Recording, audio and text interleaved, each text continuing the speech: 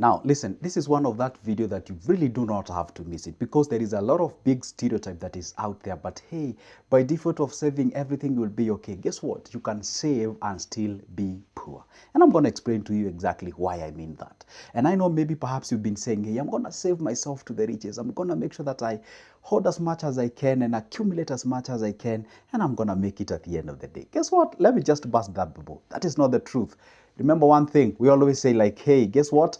A penny saved is always a penny. We say a penny saved is always a penny. See, if you take 2 shillings or $2, you save it. At the end of the day, it's still $2. What do we do? And I gave you a video last time and I told you, do not save if your purpose does not fall under these 3 things. Number 1, I said you have to save if your purpose is to invest in future. You have to invest in future, all right? So if you're not saving to invest in future, do not even bother saving, just eat that money. The other thing I said, if you are saving, then save if you want to buy something. You know, if you want to buy something, let's say you want to buy, let's say, a vehicle for the purposes of transport or maybe for the purposes of business and all those kind of things. So you have to save if you want to invest. If you have to save, then you must be buying something or you're aiming to do something at the end of the day. Or if maybe you are saving on this category and this one has actually Roman 1, 2, 3 and 4, maybe you're looking forward into creating what we call something like a sinking fund, sinking fund. Let's say you have a pregnant wife out there and maybe let's say she's at the 2nd month. Obviously, after 9 months, if everything goes well, you're going to have your child. And that means that you're going to get yourself into buying Pampers, you're going to get into clinics, taking or nursing that wife and all those kind of things. That means that you need some money, an extra cash out there. So sinking fund is when you put some money aside, anticipating that something will happen at this particular period of time. And then after that, this money will be required to do exactly that. And by the way, have you ever taken your wife to a hospital where they're about to deliver and they ask you, do you have a insurance? And you tell them no. They tell you, oh my goodness, you had 9 months, you didn't know that. I mean, seriously, those are the purposes of why you should be saving out there. But if your savings does not fall under these purposes, then don't even bother savings, because at the end of the day, you're gonna be poor. All right, and this is the point. You can save, and as my topic, you can save but still be poor. Now, what do you do about that? Now, apart from it just saving, there's no harm with you saving. And with saving, we can deduce several names out of it. You can save on the emergency fund purposes. You can save on the purposes of sinking fund. You can save on the purposes of actually accumulating some money, or maybe, getting a certain capital for you to start a certain investments. Those should be the guidance. Let me just give you a typical example of human beings that we usually have in this country of ours, especially in Africa. People save, and by the way, not only in Africa, but like a global issue. People save and they think they can save yourself to the riches. No. Let's say even if you want 100,000 Kenyan shillings in Kenya. And then that means that maybe let's say you manage to set aside, let's say 20,000 at the end of the month. So how much you going to get at the end of the year? You have yourself like 240 G's, right? If I'm not wrong. And then after that, in 2 years' time, you're going to get yourself like 480,000, all right? In 4 years' time, you're going to get yourself like close to 1 million, like 960, like can you just imagine if you want to buy yourself like a car worth like 17,000, like Lexus 500 or 600, like 17 million? When are you going to buy that?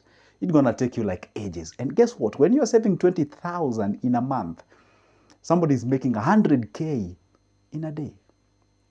So the difference between you and them is that you're applying a wrong formula and they're applying the right one. Guess what? There's something called scalability in anything and everything that you do. So this is how you do it. You see, being employed and getting money out of that employment, there is no harm with that. Actually, that is one of the areas where you can actually generate some capital for you to invest. But how do you do that? Say you are looking forward to starting a business worth 300,000 and you're managing to save like 200K. Or rather 20K at the end of the month. So then that means you don't need yourself more than 1 year to actually accumulate that money. Now, what do you do now? You take that cash, you invest it. You can do so, or you start a business. You can do so, start a business somewhere. Now, that business is what we call an investment. That business is where we say that you are now generating another income out of that specific thing. Now, guess what happens?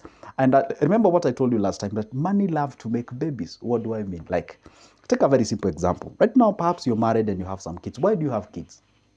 Now, I mean, seriously, why do you have kids? You do have kids, number one. People say, hey, I would love to know that my generation will continue forever and never. All right? So therefore, you cannot eat your kid. All right? So your kid has to be there for the purposes of your generation to continue in existence. So the same case happens with money. you have to take it with that analogy. Also, money love to make babies. For the continuation of the generation of that income.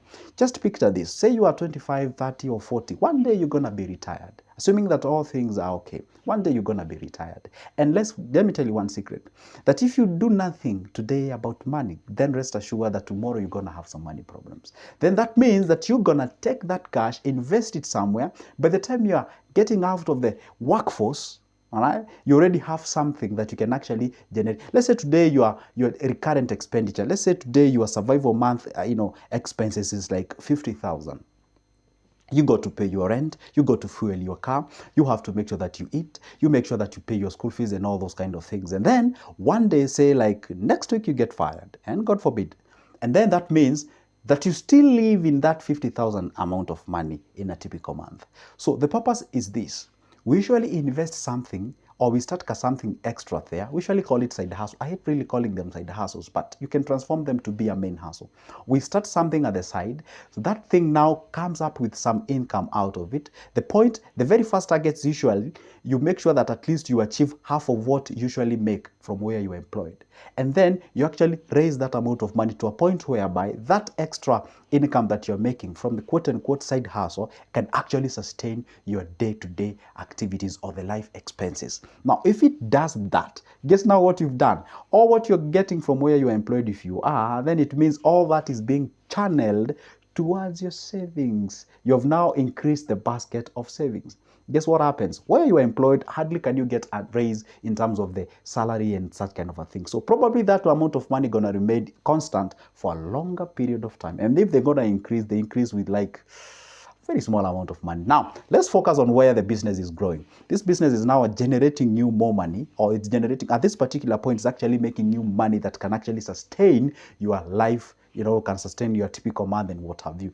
Now, the focus is to actually raise that amount of money to a point whereby they become balanced to what you're getting from your job. Now, guess what happens now? You have that what you're getting from your business or the side hustle. It's of equal balance of that what you're getting from your job. Now, guess what happens? Even if you get fired, you drop this one, everything that you're doing today gonna be okay. Nothing has been disturbed. You can dress, you can eat, you can take your kids to school, you can pay your school fees, you can do all those things. Life is amazing, but guess what? We have not developed because we are still on the same stage. All right. Now, this is what brings the difference. If you can actually manage to raise this business one way more than what you're getting from your income, then it means you're now starting to become financially free. Why? Because you can actually live comfortably, because you can actually sustain that life, and you have something on top of that. Now, that what is actually being created on top of that what you're earning, vis-a-vis assuming that you still retain your money, now you've actually increased the basket of income. If maybe it took you an year to save 300,000, it's gonna take you less than that. Or say maybe gonna take the same amount of period, but gonna make you more money. Now, what do you do with more money? Now you start scaling down the business. You can decide to either pumping in more money to the existing business if it shows the potential for you to grow that business and make more out of it. That's how you grow it. And by the way, it may sound easier than done. Obviously, yes, it is easier than done. I did not promise it's easy. I did not promise that doesn't require consistency. I did not promise doesn't require dedication. It does. Did I also say that doesn't require sacrifice? No, I did not. It requires sacrifice, consistency, and doing the best as you can. For example, I always tell you one thing. Take an example of this channel of mine. Say I never took that step of taking a camera, starting before it, and introduce myself as Good Joseph, and talk about money. Probably today you wouldn't even know there is an existence of an individual. But today, this is like my CV. Yeah, you already know that I talk about money. My name is Good Joseph, and you can see this. Perhaps you can relate it with money. That is exactly how you do yourself. You up your game, you do something, take that one action. May not seem as if it's sweet, at the beginning, even at the results after maybe 1 month, 2, 3, whatever. But after some times comes, now the difference comes in. The difference comes in, and that is exactly how we go ahead. Now, the point is this: I'm not discouraging you from savings, and this is what I want you to take it from it. I'm not discouraging you from saving. But I'm discouraging you from saving.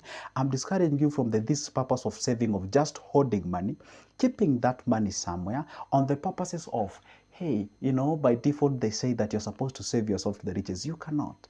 Probably you get yourself a comfortable life. Maybe your aim is not getting millions of money. It's okay. You can continue with the savings. But the point is this. If one day you want to reach yourself to a point whereby you're financially free, you do not have any problem, you're just okay, everything is good and cool, therefore you can go ahead and do the savings. But if your purpose is to look forward into getting more of income, more of something called, hey, investments and what have you, then focus on actually going beyond your savings, going beyond that and actually deciding, hey, this is amount of money that I've saved. And guess what? When I say investments, I may use that a big name, and people who are saving 2,000 at the end of the month, they feel left behind. No, I ain't leaving anybody behind.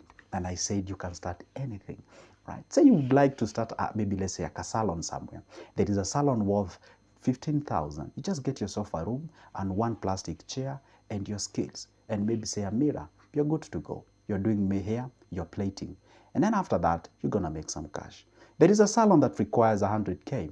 You got your mirror there, you got your some couches, you got some TV and what have you. There is a salon that is worth $1 million, Bob, 2 million, 5 million, 10 million. It all depends. So if you look forward and saying that you can only start the salon business if you get your hold of 100K and you do not have it, guess what's going to happen? You're going to kill that dream inside of you. And guess what? You're going to misuse that money. The point is this. Get started. All right? Get started. You can do, what we call what we call it, like a mobile sort of a salon and what have you. There, I know some guys who even do what we call the barber, the barber services. You move from house to house and shaving guys and doing all those things, and you're making money. And then after that, you can actually, make something called, what do we call, like you advertise yourself, get yourself a channel, like a TikTok, a YouTube channel, social media, talk to people, tell them, make fun as you're doing this. You know what, guys, today I'm on this area and I'm going to shave my wonderful customer there. And of course, ask your client whether they would like to appear on camera. If they say yes, you record you doing a very nice job and you tell them, hey, you know what, guys, if you would like to get my services, this is how you get me that number, and this is the area that I operate. But if you want to get that executive haircut, and if you're outside the country, I don't mind you flying me out of this country and get me make your hair and all those kind. I mean, just make fun, You can just do the thing that people are doing it, but you're doing it in a different way. That's how you make money. Guess what? One secret about when it comes to money, attract money. All right? Attract money. You cannot be able to make money. Government does. But for you, is take money from people. And obviously, you do that by offering a service and solve their problems. And then money will be thrown at you. And that is exactly how we make money when it comes to investment. So the point was, don't forget, don't lose the grip. It was about don't save just for the sake of saving. Because if you do so, you're still going to get yourself into problems. So one thing you're supposed to understand is this. Go beyond savings. Now focus on saving for the purposes of investing. Now once you invest, you've actually gotten out of the thing. And that is exactly how we do it. Guess what? That's the end of my video. But don't forget, I always post a video each and every day talking about money, talking about investments, making it through either online or offline. That's how we do it. And if you don't want to miss any piece of my good video, do this. Doesn't cost you anything. Down below, if you're on your right, there is a small button written subscribe. Hit that magical button, turn that notification bell, comment down below, tell me what you think. And by the way, guess what? By only doing that, a whole YouTube, can you imagine that? It will notify you whenever I upload a new good video. So for now, it's a goodbye. See you there.